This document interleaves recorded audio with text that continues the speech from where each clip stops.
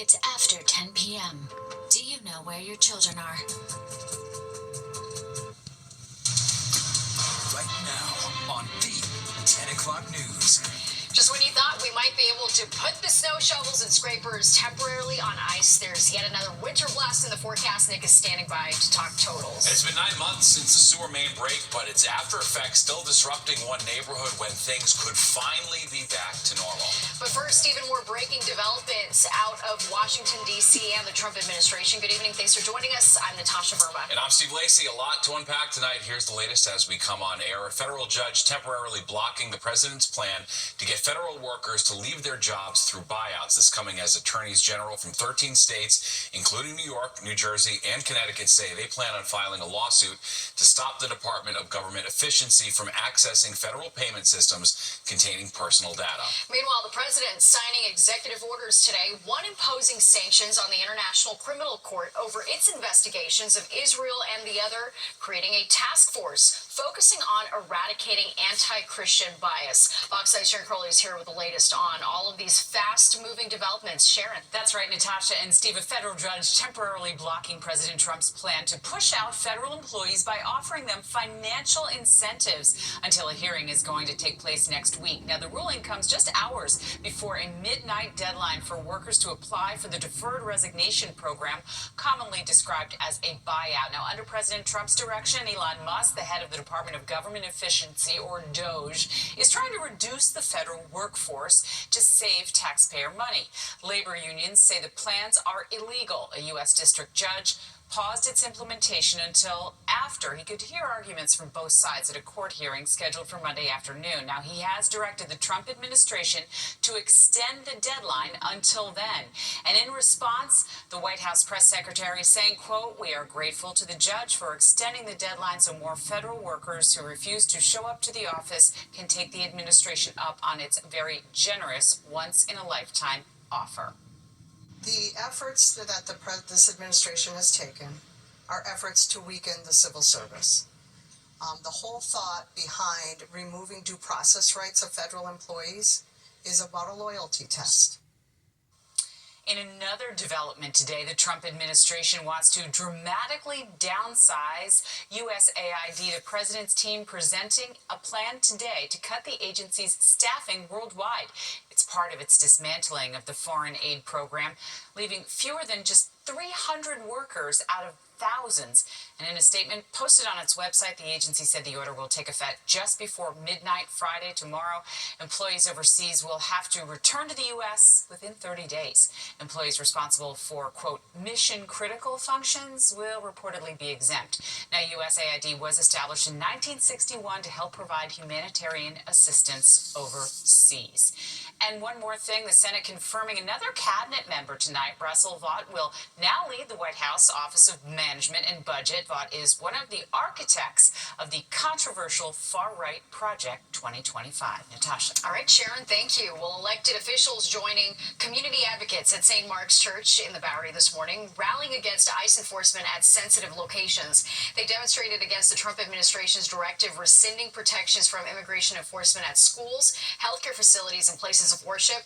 Demonstrators say the Trump administration's directive attacks the physical safety of immigrants and instills fear. Advocates for transgender rights gathered to speak out against NYU Langone. They claim the hospital has put a pause on gender-affirming care for people under the age of 19. This comes after President Trump's executive order threatening to revoke federal funding from healthcare providers that continue to offer the treatment. This federal administration does not believe in science, but the people across the street are supposed to. Right. And so we are here to say trans youth are like any other youth. They have struggles, they have health care issues, and they deserve the services that this hospital was providing. We reached out to NYU Langone, but they gave no comment about the situation. The NCAA has revised its participation policy for transgender athletes. It's now limiting competition in women's sports to athletes who were assigned female at birth. The change takes effect immediately. The move comes a day after President Trump signed an executive order banning trans athletes from competing in girls and women's sports. The order threatens a loss of federal funding for schools, colleges, and associations that do not comply with the order. Mayor Adams in D.C. this morning to attend the National Prayer Breakfast that was also attended by President Trump. It's the latest trip to the nation's capital as questions remain over whether the Justice Department will dismiss the mayor's corruption charges. Adams was able to make it back to the city today for a Jobs Week event in Queens. His team insisting that reporters only ask on-topic questions. Speaking of jobs, I'm just wondering if you spoke about jobs or anything else with President Donald Trump while you were in D.C. or anyone else while you were in D.C. We're going to stick to questions. But I was there to pray. You know, great 2,000, couple of thousand people there to pray. I don't know, everyone may not feel like I do, but prayer works. It's unclear who Adams spoke with while in D.C., but Pastor Mark Burns posted this picture on Instagram who says he hosted Adams at the prayer breakfast. The trip comes almost 1 week after lawyers for Adams met with DOJ officials in D.C., reportedly to discuss dropping his criminal corruption charges. And the NYPD is investigating a hate crime on the Upper West Side. Investigators releasing this picture of the person that they're looking for. Police say on Thursday, January 16th, around 8 p.m., a 54-year-old woman riding a 1 train was punched in the head by someone making anti-Asian statements near the Columbus Circle subway station. The suspect took off. The victim was treated at the hospital. And if you can help find this suspect, you're being asked to call police. The former interpreter for baseball star Shohei Ohtani, sentenced to nearly 5 years in prison today. Ippei Mizuhara was also ordered to pay $18 million in restitution. Last year, he pled guilty to stealing nearly $17 million from the Dodgers pitcher. He said he used most of the money to pay for a gambling addiction. He must begin serving a sentence by March 24th. All right, turning to the weather now, and if this was you earlier today, shoveling and scraping, consider it good practice for what's to come this weekend. All right, that's right. More snow in the forecast, but right now we are getting a blustery break from any precipitation. Chief Meteorologist Nick Gregory is here with a look at the forecast. Hey, Nick. Hi there, and our forecast is definitely going to be showing more snow in it and more than what happened this morning, so be prepared for that. At least right now, temperatures are above freezing, so whatever fell this morning, again, is not really going to refreeze tonight here. Mid-30s, upper 30s around the city to the island, down the Jersey Shore, and satellite view shows still a fair amount of clouds around. We're going to keep those clouds as the night goes along. Eventually, we'll get into some sunshine for tomorrow, but you know, we sort of take a look at the wide view. Not too much happening to our west, so it'll be a quiet forecast ahead, but we go out to the west coast, and there's the energy coming in for the storm that'll be affecting us as we go through the weekend. That'll blossom into a storm into the middle part of the country. Futurecast into tomorrow, the sun shines back. It's a strong gusty northwest wind, though, 15 to 20, gusting 30, 35. The clouds will start returning during Saturday. Have a little sun in the morning, and as we head into the evening, we'll start to see that snow break out, maybe a little bit of sleet at times as well for the city and the coastal areas, and even a little rain more into central New Jersey, but it'll be mostly snow in the northern suburbs here. You can see this on the larger Futurecast model as it kind of moves on through, and again, the potential is there for pretty good accumulation. This one computer model is giving about 2 to 4 inches for the city, and as much as 4 to 8 inches or more if you get into the Hudson Valley into Connecticut, and that's about what I'm forecasting. Again, the highest amounts will be up there, about 7 to 10 inches, 5 to 7 to get closer to town, 2 to 5 for the city and on the island, and then a little bit less as you move into central New Jersey. Well, Stephen, Natasha. All right, thanks, Nick. Well, now to tonight's NFL Honors, which you saw right here on Fox 5, where this year's Pro Football Hall of Fame class was revealed. And while there were hopes former Giants QB Eli Manning would be a part of it, it was held in his hometown after all. He didn't make it in. Fox 5's Jennifer Williams is here with more. Jen?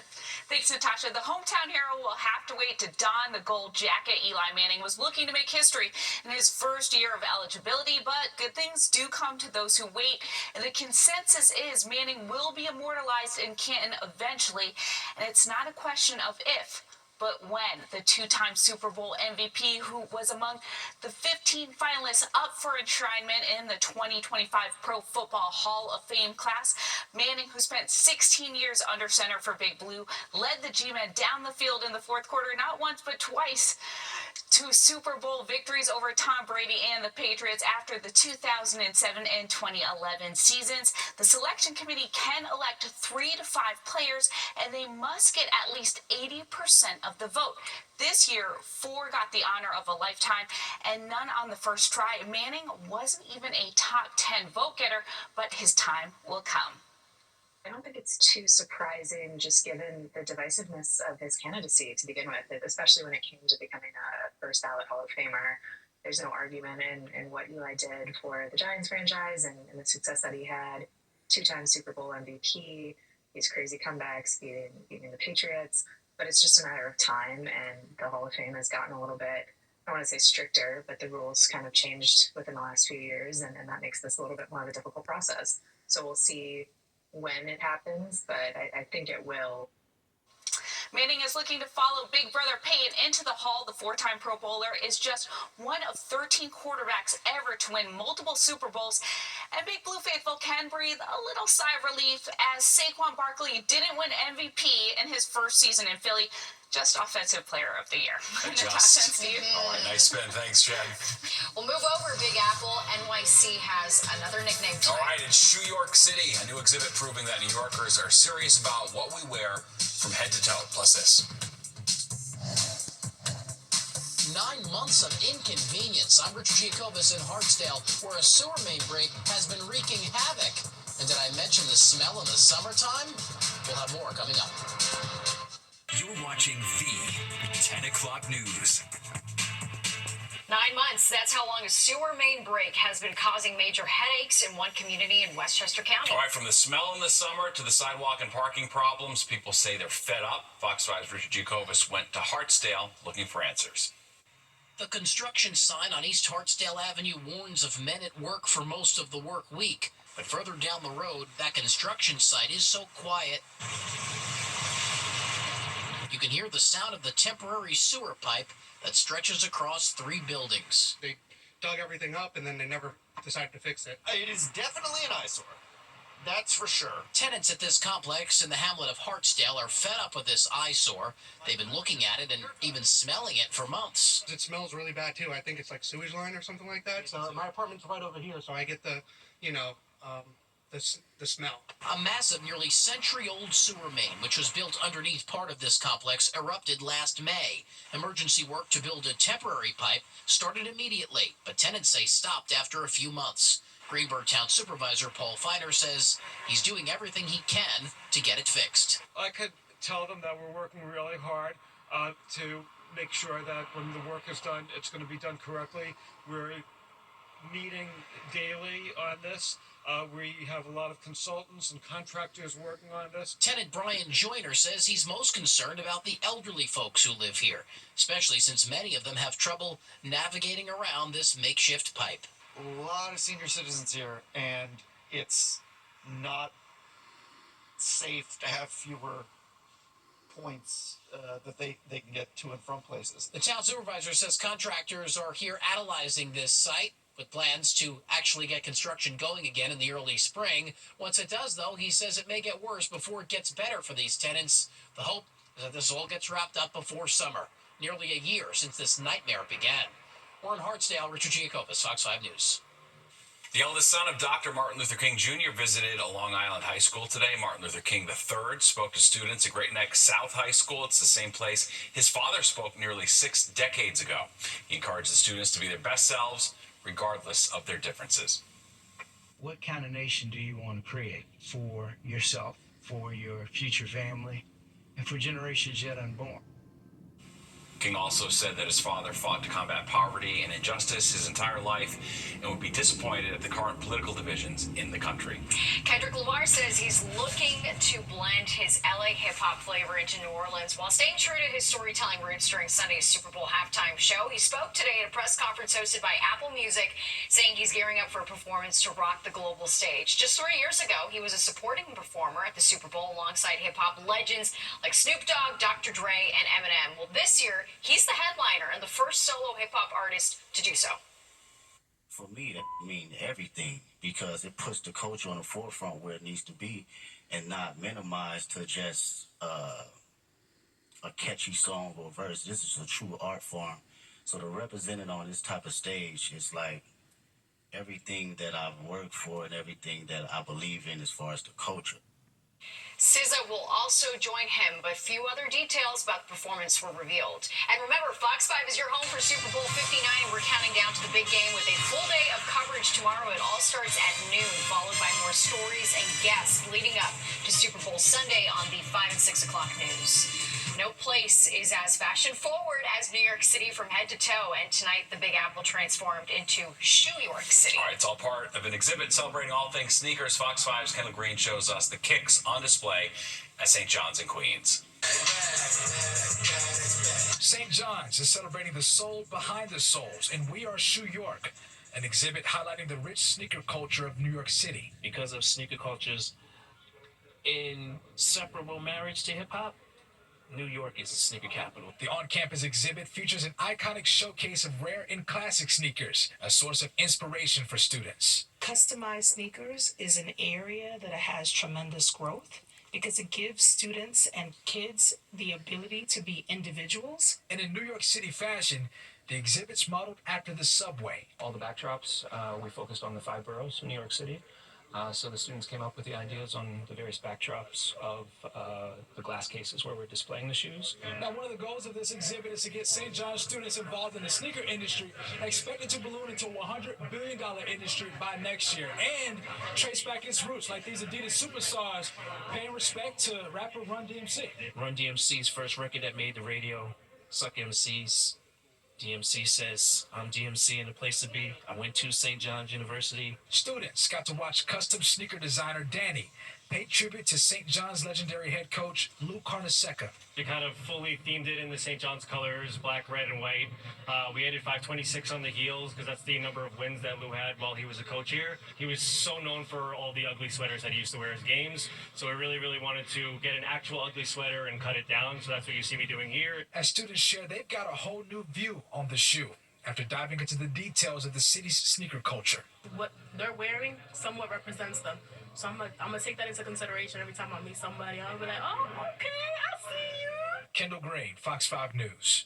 Very cool. All right, well, the day starting with a snowy, slushy mess, but could it be just a preview of what's to come? There is more snow in the forecast for the weekend. So, is it time to plan a supermarket sweep for milk, eggs, and bread? Nick is back with the answer next. Let's take a live look outside. No snow or rain falling right now. All right, and there won't be any tomorrow, but this weekend, that's another story. Chief Meteorologist Nick Gregory here to talk us through it. Nick? Yes, you know, this is a winter pattern that we've not seen in a while, and the next week, we're going to have about 3 opportunities to pick up some snow around here, and some of them could be a little on the substantial side, as you'll see. 38 and 30 today, so a little bit below average there on that high temperature after getting about a half an inch to an inch of some snow and sleet and making it kind of slushy. Look at the record low, -4, 1895. Again, one of the colder days in New York back in history. 38, cloudy now, mostly cloudy. Really a southwest wind at 7, humidity up there still a bit. Pressure steady, but a little low, 29.77, but we're still above freezing. 35 Poughkeepsie to Sussex to Scranton down to Allentown, and then in even mid to upper 30s going from the Hamptons back to the city. So that's good because we won't see any of that slush kind of refreeze tonight. I think the temperatures for the most part will stay above freezing, except for maybe a couple of pockets north or west. Southwest wind 5 to 10, that continues tonight. And the highs for the day, it's still pretty close to where we're at now. Mid, upper 30s, even 40 there at Newark and Belmar. And again, as we go up through the north and east, a little bit colder in New England there, 20 Concord, New Hampshire, but then we jump to the 40s at State College. Even 60s down into parts of West Virginia, but that's not coming our way. Be another reinforcement of colder air coming in as we head on into tomorrow. The wind switching to the northwest and getting strong and gusty. All right, satellite view, again, just a lot of low clouds still around, so they're going to stick around. And then tomorrow, we'll get into this weather, which will be pretty quiet after this little cold front moves by tonight. Temperatures will warm briefly up to about 40 degrees middle of the day, then turn colder as we go through the afternoon into tomorrow night. And here's our developing storm for Saturday as it comes our way. You'll see as we look at some futurecast models here what will be happening. So, again, mid-30s, upper 30s out the door in the morning. Look at the streaks in the clouds. Windy day again, hitting 40, upper 30s early to mid-afternoon, and then the temperatures go right back down into the 20s by tomorrow evening and down to the freezing mark in Midtown. Saturday will start out with a little sunshine, but a cold start, teens to mid-20s. And the snow holds off until the evening time frame. See, coming in from the west here. Initially, again, it's snow for the entire area. Notice the little sleet, freezing rain line off to the south that does kind of advance northward. And again, our one computer model grinding out about 2 to 3 inches for the city, with as much as 7 to 8 inches further to the north. This other model is going a little more aggressively, up to about 5 or 6 inches for the city. Same deal, about 8 inches up to the north. And that's about what I'm predicting. Again, about a 2 to 5 inch snowfall as you go from parts of New Jersey across Midtown to Long Island. Island. A little bit less to the south, a little more sleet and rain mixes in. 5 to 7 North Jersey into parts of the Hudson Valley, lower Hudson Valley, southern Connecticut, and then the jackpot there up in the mid-Hudson Valley, 7 to 10 inches. Winter storm watches up Saturday evening into Sunday morning. That'll likely be extended. 35 tonight in town, mid-30s in the burbs, a fair amount of clouds. Tomorrow, again, we'll hit about 40, but a windy day with sunshine. And then the snow comes in again Saturday evening, gets out of here early Sunday with some mixture of sleet and rain. 30s, Monday's okay. There's the next storm, Tuesday afternoon into Wednesday. That's going to be mostly snow and could be, again, a sizable accumulation. And then another winter storm may get our way on Thursday. Steve and Natasha. It's February. Let's do There we it. go. All right, now or never. Thanks, Nick. Well, it is Manhattan Food Mecca that's been catering to discerning New Yorkers for 9 decades. And then I introduced my family to lox, and every time I visited them, they insisted that I pick up lox from Zabar's. We're raising a cup of coffee as Zabar's receives a big honor on the Upper West Side. But first, here's what's next on Good Night New York. A special honor for an Upper West Side institution. The city proclaimed February 6th as Zabar's Appreciation Day. The gourmet grocery store, known for its bagels and lox, opened back in 1934. For 90 years, our entire family has put in so much work, and our employees are such a big part of our family, and we couldn't have been here without them. And so to us, this is a real honor, and we appreciate it. And I know my uncle, my dad, who couldn't be here today, would be just touched and honored. We are big Zabar's fans. Zabar started as a small storefront with just lox and coffee and eventually expanded to the end of the block. Yeah, they got everything there now, for sure. We love it. 90 years. Yeah, it's amazing. All right, that does it for us tonight. If you missed any part of the 10 o'clock news, you can always catch an encore on our free streaming app, Fox Local. Just scan the QR code on your screen to download the free Fox Local app on your phone where you can stream our newscasts anytime. Have a great night. We'll see you tomorrow.